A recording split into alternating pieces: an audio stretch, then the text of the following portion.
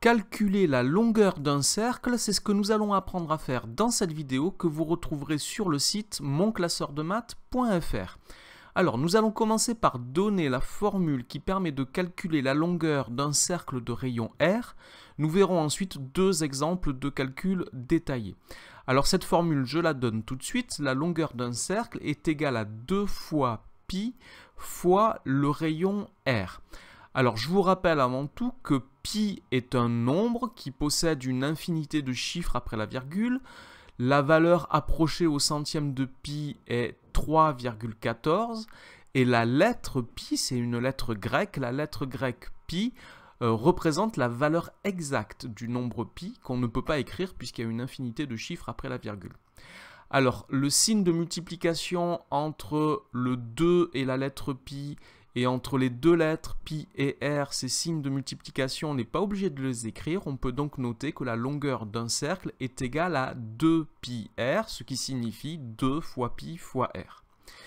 Alors, puisque le rayon est égal à la moitié du diamètre, ou que le diamètre est égal au double du rayon du cercle, cette formule, dans la formule, nous avons 2 fois r, donc nous avons le diamètre, et on peut donc écrire que la longueur du cercle est égale à pi fois le diamètre, ou encore à pi d, où d donc représente le diamètre du cercle. Voilà donc la formule que nous allons utiliser pour calculer la longueur d'un cercle, et nous allons tout de suite passer à notre premier exemple, dans lequel nous voulons calculer le rayon d'un cercle, la longueur d'un cercle de rayon 2,5 cm. Nous voulons une valeur exacte et l'arrondi au centième. Alors, nous allons donc appliquer la formule. L est égale à 2 fois pi fois r. C'est égal à donc 2 fois pi fois 2,5. J'ai juste remplacé r par la mesure du rayon. Alors, 2 fois 2,5, ça fait 5. J'ai donc pi fois 5 ou 5 fois pi, ce que je peux écrire 5pi. Alors 5pi, c'est la valeur exacte de mon résultat. Quand on fait un calcul avec le nombre pi, la valeur exacte doit toujours contenir la lettre pi. Dès que vous remplacez pi par un nombre, vous obtenez une valeur approchée puisqu'il y a une infinité de chiffres après la virgule pour le nombre pi. Et quelle que soit la longueur du nombre que vous écriviez, vous pouvez mettre 10, 15, 20 chiffres après la virgule, vous ne les aurez pas tous écrits, ça sera donc toujours une valeur approchée. Donc si on veut une valeur exacte, il faut écrire la lettre pi. Donc ici, 5pi, c'est la valeur exacte. Ensuite, on n'oublie pas l'unité, il s'agit ici d'une longueur, le rayon était donné en centimètres, donc la longueur du cercle est également obtenue en centimètres. Alors maintenant, on veut une valeur arrondie, la valeur arrondie au centième. Nous allons donc prendre une calculatrice pour cela, et je vais donc taper à ma calculatrice 5pi ou 5 fois pi, et le résultat que ma calculatrice me donne est le suivant, elle me dit que 5pi, ça fait 5pi. Alors la calculatrice me donne la valeur exacte. Si c'est le cas sur votre calculatrice et que vous voulez une valeur approchée, vous avez une touche ici SD qui permet de passer de la valeur, alors c'est de l'anglais, valeur symbolique en anglais à valeur décimale.